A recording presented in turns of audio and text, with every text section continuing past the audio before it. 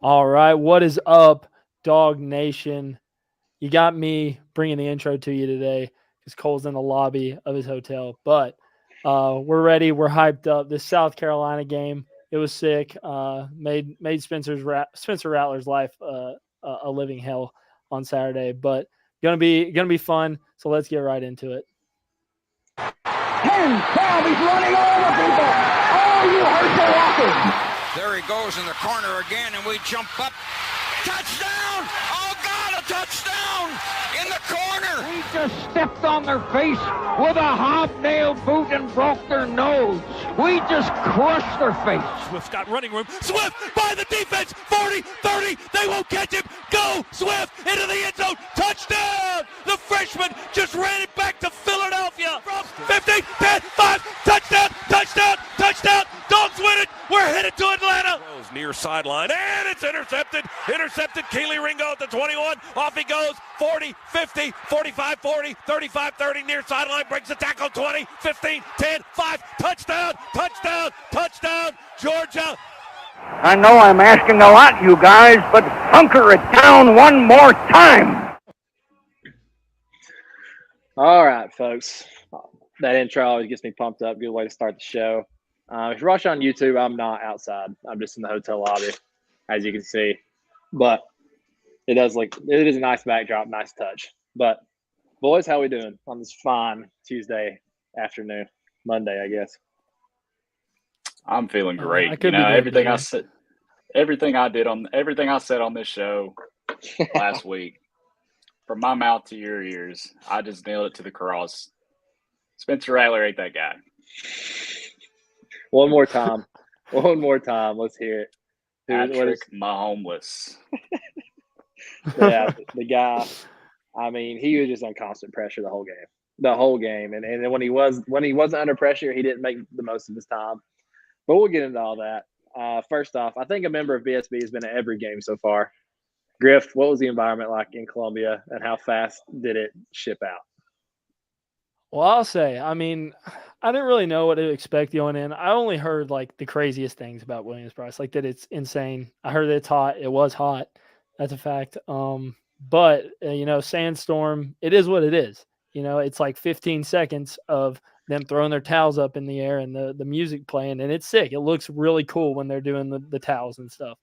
But then after that, it just really – the energy was just not there after that. I'm going to be real. Even at the start of the game when it was 0-0. And it got pretty loud when Jaheim Bell caught that 46-yard pass. But after that, after the pick, the energy was gone. There was no energy from South Carolina fans in that stadium. Yeah, it didn't sound like it on the broadcast. Was there a pretty decent UGA showing? I mean, from my section, I was in like the family section kind of. And we were all chanting UGA the whole time, going crazy and all that. So, it was a pretty decent show, and not in the way that we usually take over stadiums. Definitely wasn't like that. Like, you definitely couldn't see it like in the stadium, but it was still good. The presence was felt. Yeah, for sure. I had Georgia fans, South Carolina fans coming up to me being like, dang, y'all are giving them hell down here. Talking about me and my roommate. I was like, we do what we do. Yeah, that was Griffin stayed at my place and then went to the game. I wasn't able to go because we just keep winning. The River Dogs just keep winning. That's why I'm in the hotel lobby again, championship series. But I heard you leave that morning. I was laying in bed and I was like, I wish I was headed to watch some Dogs. Soon though. I know, dude. Soon. But very soon. I guess the best way to kick this off is just to start from the top. And I heard something after the game that I really wasn't aware of. And maybe it's not true, maybe it is, but there was a moment in the game that would make you think that this very well could be the case. Apparently, Kirby doesn't like Beamer very much. Have you ever heard that, Jake? After the fake punt, I could see it on the TV, but yeah, I've never heard that at all. I thought after last year when Beamer was praising him so much, I thought they were fine, but I don't know, man. Maybe you know how coaches are, man. It could have just been the tiniest, slightest thing, and right. Yeah, I never heard that, but I didn't either, and it could not be true. But like we talked about, after the fake punt, we stopped them on fourth down, and everybody's probably seen the video if you're watching this. If you haven't, just look it up. Kirby is staring directly at their sideline. It's 100% at their sideline. Get them the first down, saying some very easy words to pick up on just lip reading. And it makes sense. Like, I don't know why or what happened, but clearly he doesn't like Beamer because what else would be the reason for him to get that mad? Like a fake punt? Sure, he had to do something. You know it was coming. They're a way worse team than us. He's a special teams guy. The Beamer ball bullcrap. You knew something was coming, so like it couldn't have caught him off guard. Like clearly that stemmed from somewhere else. Yeah, who knows, man? It could have been something he said to a recruit, anything like that. 100%. The coaches are weird like that. They're guys. Head football coaches in Division I FBS, especially the SEC, are strange people. There's no doubt about that. I could see Kirby Smart being a guy who could really hold a grudge with the best of them too. Shane Beamer definitely made a lot of enemies this weekend. Did y'all see the video of him? They had like all those girls out on the field. Like that was an insane moment of the game. Insane moment. He was yelling, "Get the F off the field! Get the all the way from the other sideline." That was bizarre, but what? So you were they there. were going. I think they were going for it on fourth down. They did. And Georgia was getting a look at whatever formation they were about to run. So I understand why he was mad. It was more on, and that's what the broadcaster even said. If you didn't get to hear it, but they were like, he's clearly upset. But this is all on South Carolina. It is a home game for them, and he has nobody else to be mad at but the people working for him. Like I don't know what happened there, but it was a big moment in the game where they're going for it on fourth down. I think one score at the time. And yeah, it was after that fake Georgia punt, just I think. got to look the whole formation line up, and he was obviously not happy about it. What was that, Griff? You were there. What do you know what the recognition was about? I don't know. It was a bunch of people though, a bunch of girls. They looked like they were like high school. So and there's not much space. You could tell it was a lot. Yes, and there's not much space between the end zone and the fence. There was nowhere for them to go. They were just standing on the field pretty much, trying to usher out through that little gate. Yeah, he was not happy. He was not happy. Another thing on the coaches is there was that thing that went around last year with Beamer. I think it was a Tennessee game. The score was like 35-7, and they got to stop, and he's out there like on the field going nuts in the fourth quarter. Yeah, and it's all memed up on Twitter. Like it's got the score and it's got him with double fist up. Well, I don't know if y'all noticed, but it was the last drive where Beck threw a touchdown pretty much that was dropped. And there was I don't know if it was a special teams coach, I don't know if it was the defensive coordinator. He's over on the sidelines giving the no like they stopped us. I was like, he really is changing the culture over there because he's got all his coaches acting a fool down 45 points. Giving the classic no catch after it hit the receiver in the hands wide open in the back of the end zone. I really hate South Carolina. They're an underrated, like we talk about Florida, Tennessee. I really hate South Carolina. Their fans, I don't like their fans for the most part. See, I've never dealt with them much. And I'm not going to lie, I was a big Beamer guy coming in. I just thought he brought a lot of energy. Now I think it's starting to get lame on me. It's starting to be he's kind of a goofball. It's starting to get getting really, cheesy, really man. Goofy.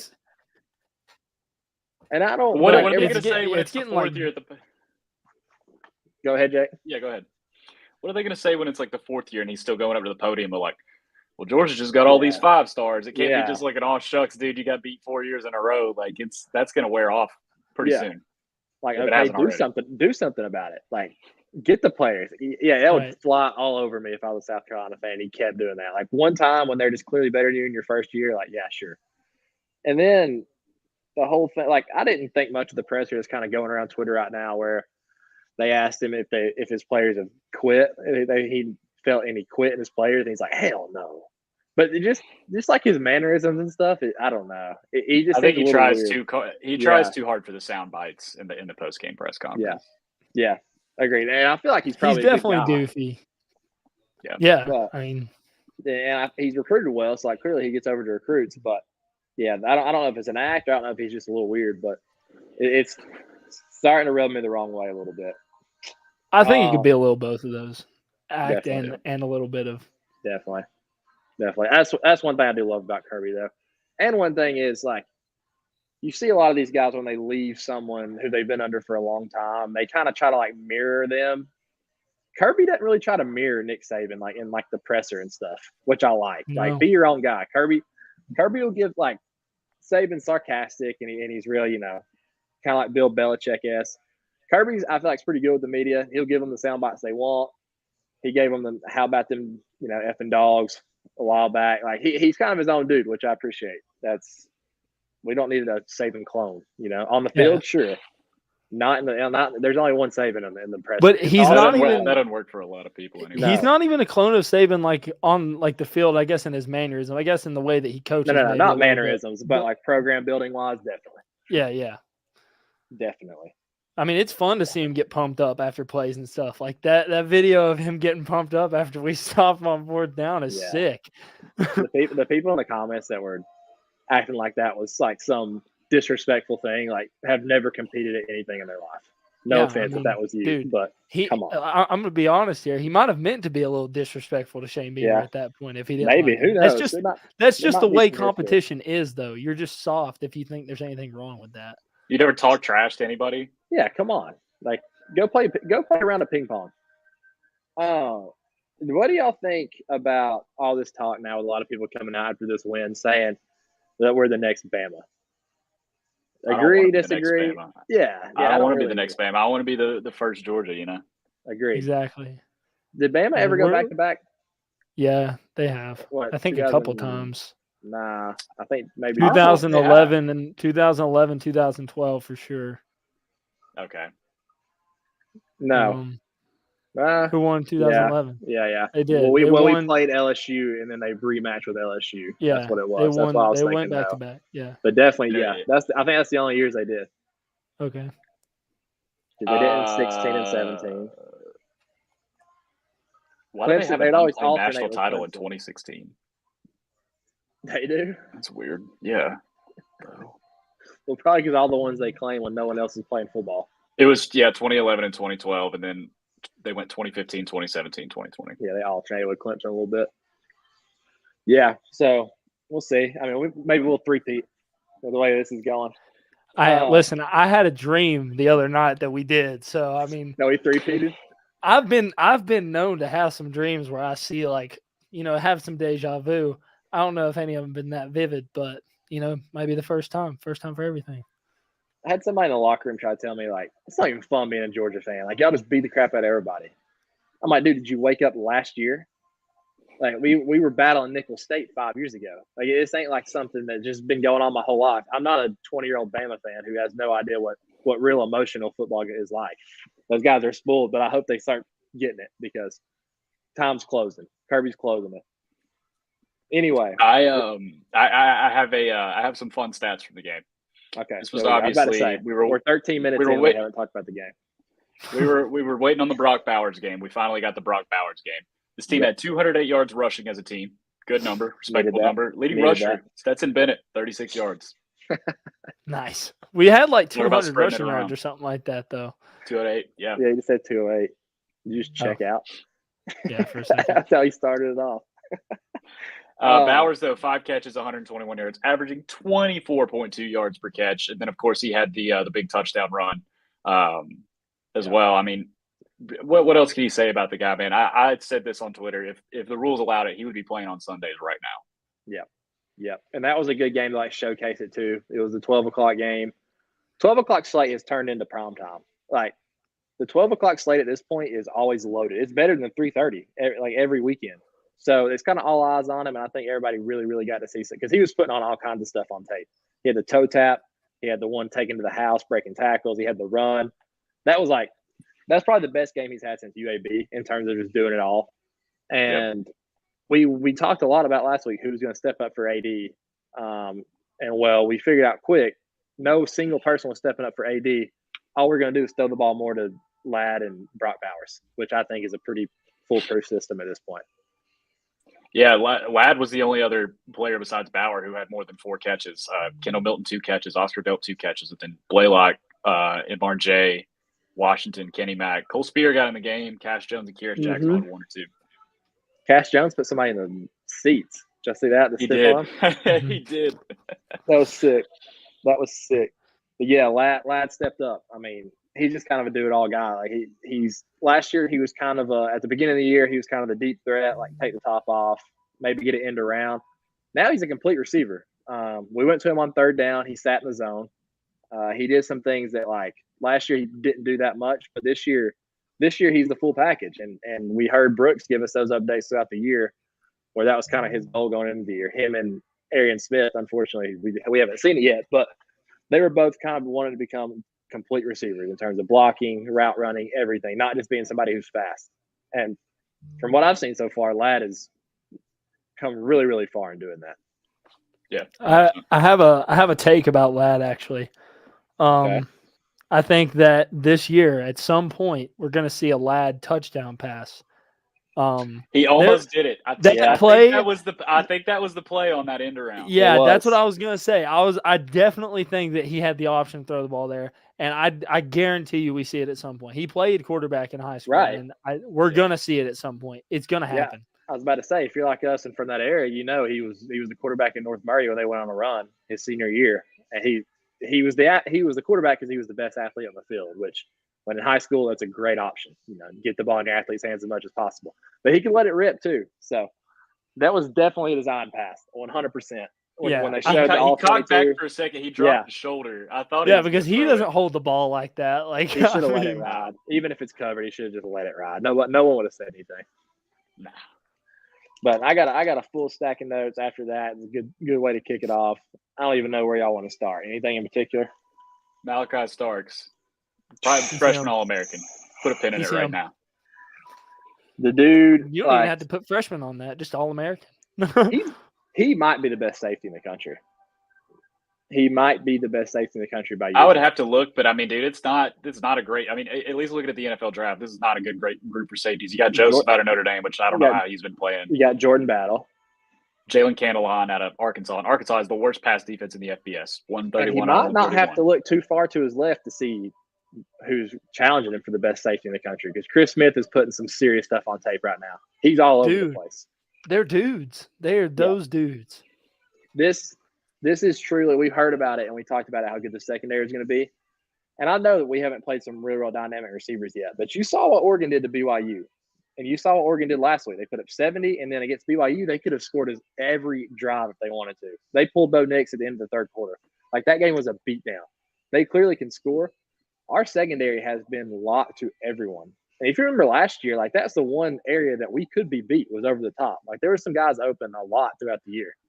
Even the big play they hit on Jaheim Bell, he was not open.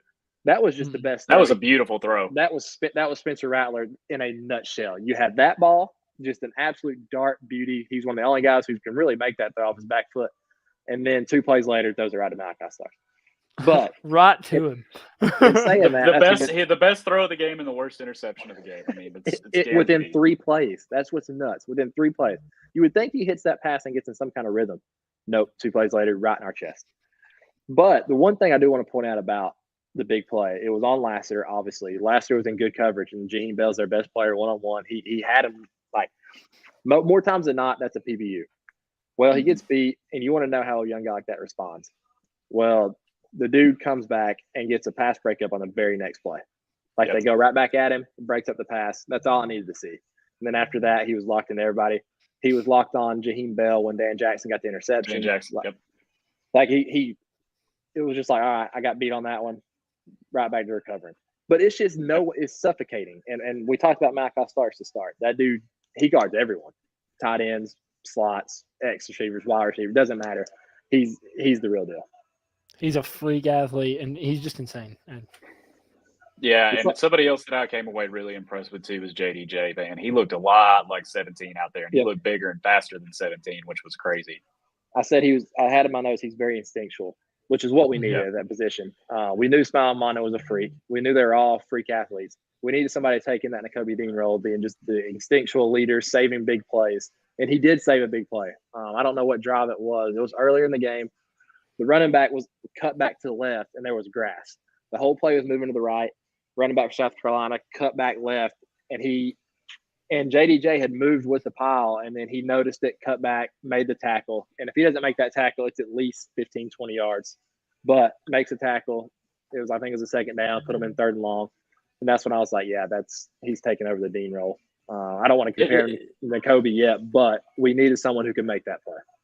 Right. It felt like there were a couple plays where South Carolina really came pretty close to almost ripping a big run, like a 20-yard, 25-yard chunk play run, and they would just get tripped up at the hole. They were just a step too slow, and our defense was making plays. Yeah. I thought Tresman Marshall also looked good at linebacker on Definitely. Saturday too. Yeah, he did. He played a really good game. So there was a blitz that he ran. It was a blitz.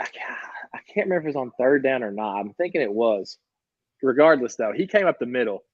This man blows through the center so hard the running back was going to try to chip him. He blows through the center, knocks the center into the running back, and the running back falls. It was like a domino. He hit the center so hard, he knocked the running back down, and then he got the pressure, and Rattler threw it away. And I saw the play. I didn't get to see the second half live, so I'm watching on the bus here today. I'm like, who was that? And I rolled back, and it was 15. Just absolutely blew it up. Had a nice interception. Yep. The way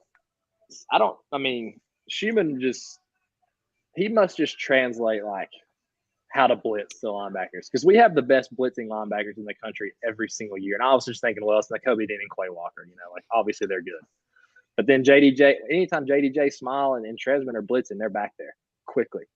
And you might think like, well, they're just hitting the hole. That's the whole point of the blitz. It's a talent too. Like that's a real talent that is scouted. So that's a big area for us. I thought you're right. I thought Tresman played a really, really nice game. I'll give it to him for another week in a row too. Carson Beck had a nice game as well. He looked crisp when he came in, looked ready to play. Very good. Yeah, this is one of those games to where obviously the coaches are going to have things to say. I'm sure they'll be pissed off about the fake punt and a couple of defensive miscues. But this is a big I have nothing to complain about type of game. Yeah, the thing about I had some notes about Beck. Let me find them real quick. So Beck, I thought was the most impressive part was he kind of showcased it all. And he could run. Yeah, that's a big thing, especially in Todd Monken's offense. Even if you're not Stetson Bennett, where you're juking guys out in the backfield, which was nasty, by the way, at least you have to honor the read option. And we've had some quarterbacks in the past where we'd run the read option and they didn't have to honor it, and we would continue to do it, but the quarterback never pulled it. So it was like, why are we running this? Beck on the goal line, obviously not the fastest dude, but runs the read option, pulls it, gets 5-6 yards. Now the defense has to respect that. And in a Todd Monken offense where there's a lot of play actions, a lot of RPOs, that's huge. And I think that's a step that he's taken that I haven't seen him do yet in G-Day, any other games he's gotten in. And that's probably one of the things I emphasize. And then obviously he was just taking what the defense gives him. He was hitting his checkdowns, making quick reads, and he put a dart on tape to Oscar Dell, the absolute seed. So, and he went deep the first ball he came in that was on the money. Yeah. It was on the money, but the DB had to pull the guy down, Dylan Bell. But yeah, I had that in my notes. Beck, I thought he was flawless in his time in the game. Yeah, it makes you wonder too if he's taking a look at this roster and it's going to be another year of Brock Bowers, and he's a guy we always thought might end up transferring. Stetson is gone after this year, and you got to think he might be licking his chops just to step into this offense, especially if Todd Monken stays. Vlad, AD, Brock, all our best weapons are back. I mean, minus the running backs, they're all back, which is crazy. Let's stick in the quarterback room. Yeah, let's stick in the quarterback room. I mean, talk about Stet for a little bit. He's playing with the swagger that I imagined he had as the scout team guy. If none of y'all have played football before, scout team is super fun to run because it's very like stress free. You're trying to mimic someone else who was Baker Mayfield, who's known for his swag. So Stet's trying to make plays happen on that scout team. He's just kind of in his element, doing risk free, pressure free, making plays. And you heard Mel Tucker, you heard all the defense. Stet's a dog. Stet is the man. That's kind of when he burst on the scene. Well, he was doing all that in a comfortable, stress-free environment. That is how he's playing now. That's how he's actually playing SEC football games and against Oregon and in the national championship. He's playing with a different level of swagger. And you saw it on the hezzy in the backfield. You saw it on the play where he doesn't do this very often, where he sits in the pocket, doesn't see anything, and takes off. Like, he likes to throw the ball. That was a nasty play. I wish it had been a touchdown because that's like a highlight level play, the way he made some guys miss. He's playing with, like I said, the only way I know how to put it is with maximum swag. No, I mean, and he was also overhydrated, of course. Yeah.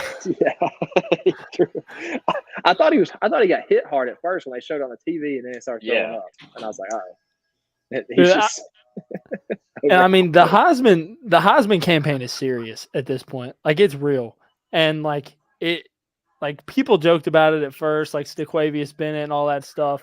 I was never joking, but dude, he's just that guy. Yeah, I did. I put money on it, and he's just that guy. And I mean, it's not just he's putting up these stats, and it doesn't have to make tough throws. We have the best team in the country. He's making those highlight plays every game too. Like those plays where he's juking out dudes and running into the end zone, like literally holding the ball back and like looking back at defenders. Mm-hmm. That's swaggy stuff. Like that's like you were saying, reaching like, the ball out for the pylon. Yeah, with one hand. You saw Toby give him the two hands. Dude, I mean, he's just that dude, and those are the kind of things that help you win the Heisman. Is those highlight plays that people can look back on and be like, "Wow, this he makes the plays when you need him like it." I really thought, and I still do. I'm very concerned of the fact that we're going to blow teams out. He hasn't taken a snap in the fourth quarter yet. He was out with 7 minutes left in the third quarter against South Carolina on the road, which is nuts. But I was open. My eyes were open when they posted the graphic today, and he's second in SEC in passing behind Will Rogers, and he's only a couple yards behind Will Rogers, like 20. And he hasn't even played the fourth quarter yet. At some point, he's going to play 4 quarters. Like, there's some games where he's going to have to play 4 quarters. And I'm almost rooting for, like, when we get up like 30-something to nothing, I'm almost rooting for them to score so that he has to go back out there to get more stats. Like, I don't want teams to score, but at the same time, I'm like, all right, I do want Stet to go out there and keep throwing the ball. Against South Carolina, we could have scored 80. We could have scored every single time that we wanted to. We were just absolutely doing whatever we wanted to. And then you see teams at the end of the year like, oh, Ohio State's offense is so efficient. Yeah, they just hung 77 on Toledo. We could have done that to South Carolina if we wanted to. But that's just not what we're going to do. So in order for Stet to get it, we're going to have to be in some competitive games. Yeah. I think, I can't even believe I'm going to say this. This is a Dan Wolken take, and it's one of his best ones. There's not many. Yeah, but he says he's a good one. He said if you turned in your Heisman ballot before the conference championship games, you should get your vote taken away, and I believe that 100%. And I think that's when Stet can really win it is in Atlanta. That's a very, very good. Well, that's where Bryce Young won it last year, really, when you think about it. Like, he was probably like it was a toss-up if he was going to win it before that game, and that game just solidified it. So you're right. That is a good point that I haven't thought of before. I don't know why anyone would ever do that before the next one. That could just be also just a classic Dan Wolken arguing with nobody. Like, I feel like he likes to do that. I was told Steph Curry can't shoot. Yeah, all that stuff. Very, very rare L or rare W. And then another thing and one play I want to talk about with Stet was I think the drive right before the half ended. It was a clear sack. Like, he was about to get sacked, and just gave a little whip to Brock Bowers. Bowers kind of stabs it. That was his arm talent on display. The difference in arm strength and arm talent, obviously he's not maximum arm strength, but his arm talent is special. He's an athlete. And that you saw. He's literally getting sacked. I thought he was done. I thought he was just throwing the ball away.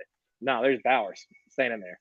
Like, it was about 3/4 arm angle, just kind of flicked it out there. And I was like, that's actually pretty special. Like, that's NFL type stuff. Yeah. Absolutely. He's got some traits, man. He's got some traits. Yeah, and I know we talked about Brock Bowers some already, but let's just love on him for a minute, dude, because this game, like, oh my God, he did it in every possible way that you could do it at his position. Put it all. He took a handoff into the end zone. He mossed a guy and toe tapped a touchdown, and then he just took a slant to the house after breaking like 3 tackles and just beating everybody down the field. I mean, he's a freak. It's ridiculous. Yep. I thought it was another good – we talked about going into the game. One of the previews was – thought it was going to be a big day for our offensive line. Thought we were going to run the ball downhill, and we did. I thought the offensive line had another great game. One thing that I know Georgia fans were glad to see was the short-to-go situations. In the past, there's been times where we've struggled to get that 1 yard. We've struggled to get in the end zone quickly. We ended up getting there, but it take a little bit. Every short down distance we had this game, we just lined it up and we got it. which I know Georgia fans love to see. It was against South Carolina, who had a lot of starters out on defense, but it doesn't matter. Like, that stuff translates no matter who you're playing. And for us to be able to get that, I thought is very reassuring, because there's been some doubts on how we run the ball and stuff. And you heard Monken say it, like, we throw the ball as part of our run game. Like, just get the ball in Kendall and Kenny's hands as fast as possible. But being able to get those short yards is a big, big deal that we're going to need down the road. So good to see that. Yep.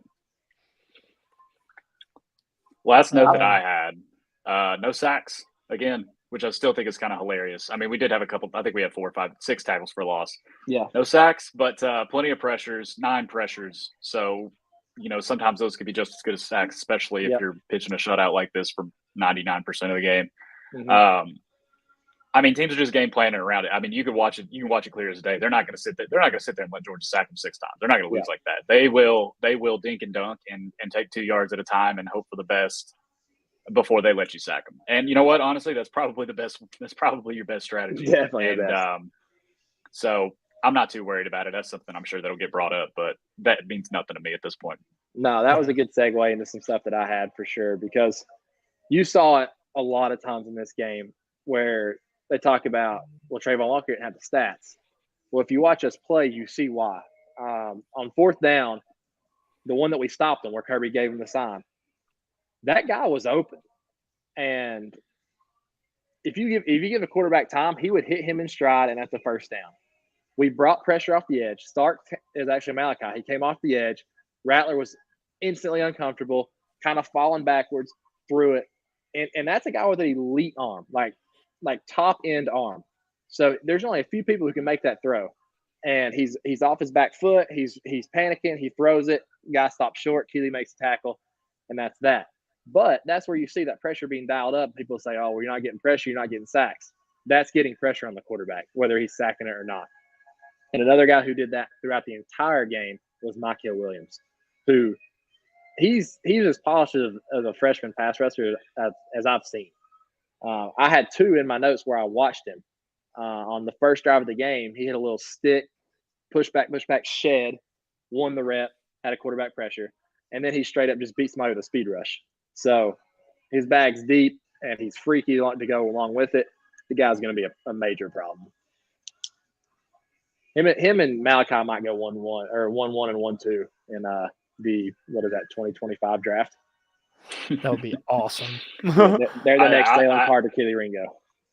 Yeah, it's always so much fun just to have a young guy like that. I mean, we did our preview show and we talked about all the young DBs, but none of us were like, oh hey, everybody watch out for Malachi Starks. None of us were like, this guy Malachi Starks, and he just comes out and it's kind of like how Bowers was when he was a freshman. It's something that it kind of catches you by surprise, and those are the most fun usually. It's always fun to say, you got somebody penciled down. I got Ladd penciled down this year. We already knew Ladd was really good. These guys coming out of nowhere and making plays like this is fun.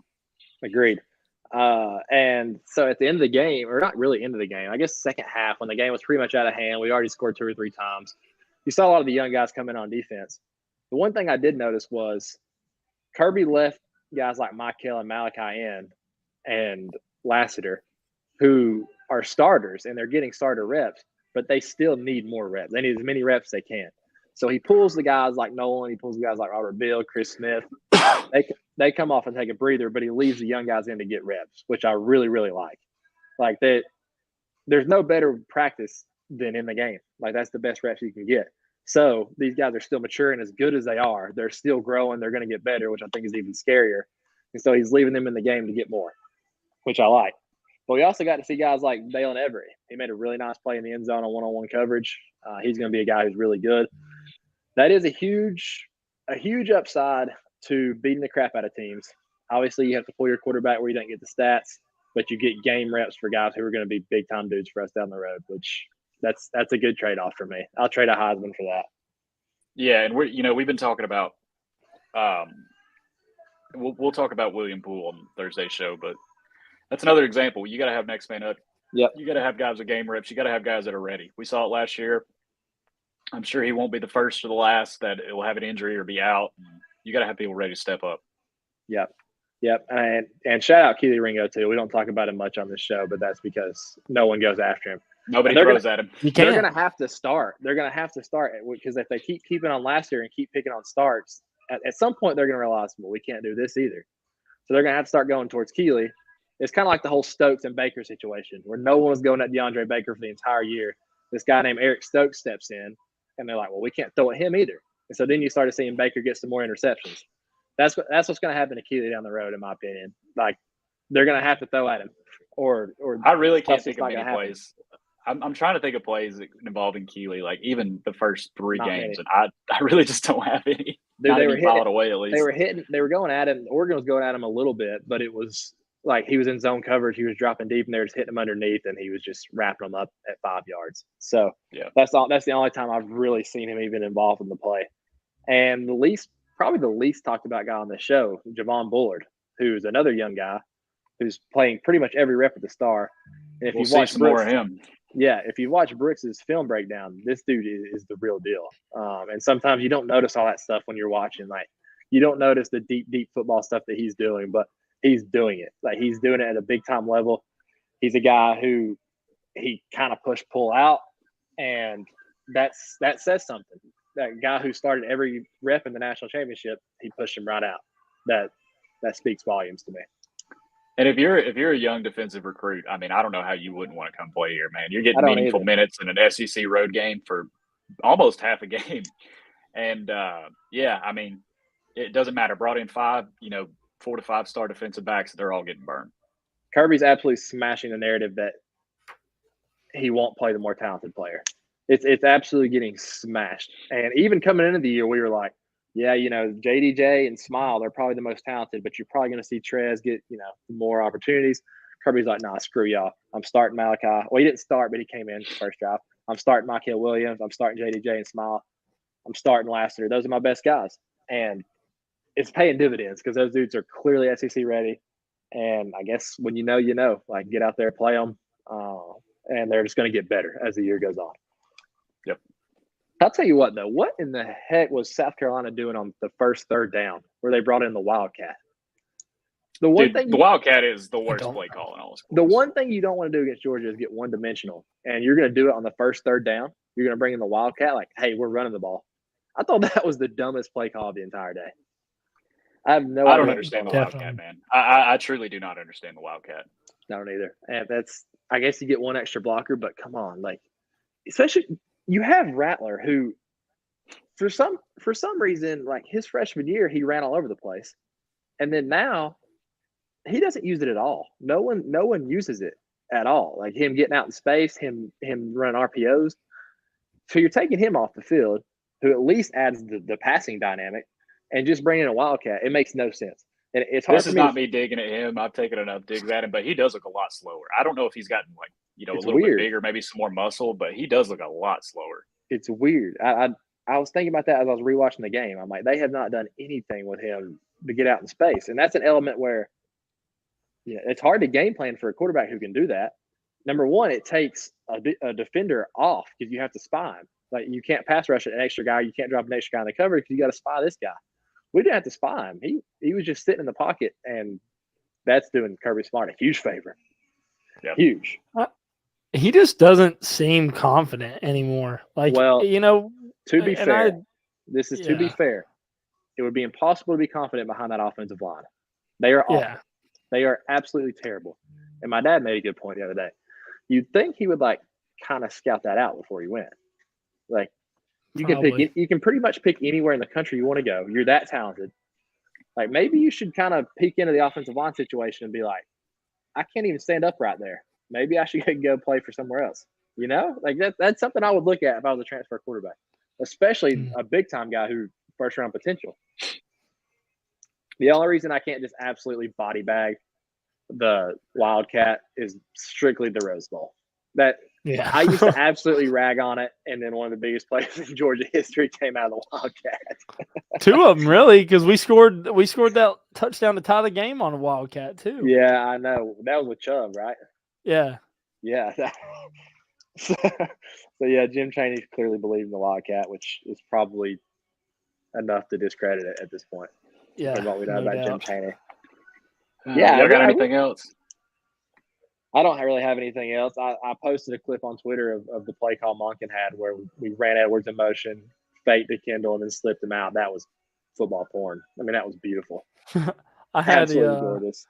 I had written down Dan Jackson is a bully. Jaheim Bell who?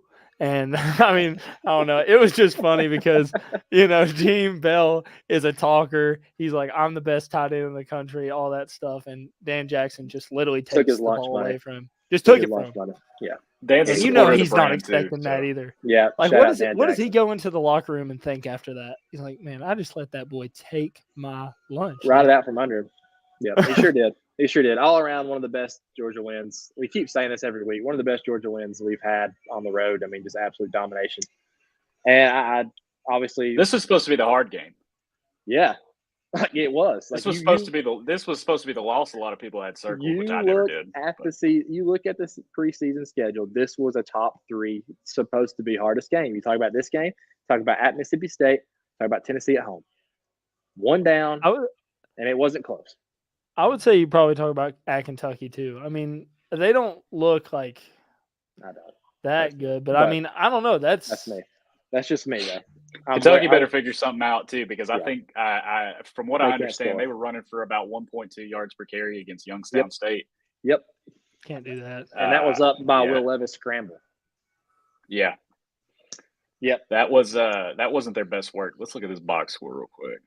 Yeah, they ran for 2.9 yards per carry as a team. Yep. Not good, Kentucky. Not good. We will talk about more games that happened this past week when we go live, either Wednesday or Thursday. Stay tuned. Probably Thursday. We can be safe and go Thursday. I think that would probably be best. Be safe and go Thursday. Depends on what we do here, but probably definitely not Wednesday. Probably be Thursday. I mean, We'll go live on Thursday. We will talk all things upcoming for Georgia. We'll talk a little bit about Kent State, and we might just talk more like future outlook for the team. We might can break down some winners so far, stuff like that. We'll think of something, but we'll talk a lot of dogs. We'll talk a little bit about the next slate coming up. Obviously, give you our picks, which Griffin, do you have anything to say for yourself before we get Look, listen, all right, it happens, okay? It happens, all right? I mean, I had a few bad swings. And we're going to get back in the race. It's going to be okay. I'm about to go 4-0 next week. Law of averages says that I do. Law of averages is in your favor this week after the absolute clunker you put up last week. That's all I'm saying. I'm not losing my confidence. I lost it for a little bit on Saturday, I will say it. But you did. You were down. I've got it back now. I'm staking my claim to Oregon State right now. Beavers shocked the world on Saturday. Wake Forest might shock the world on Saturday. Yeah, Florida. Yeah, so we got a lot to talk about on that next show. Be there for sure. Follow us on Twitter. We keep putting stuff out. We keep trying to put y'all on it. Follow us on all those platforms, but definitely on Twitter. Like this video. Subscribe to the channel. Thank you guys, and go Dogs.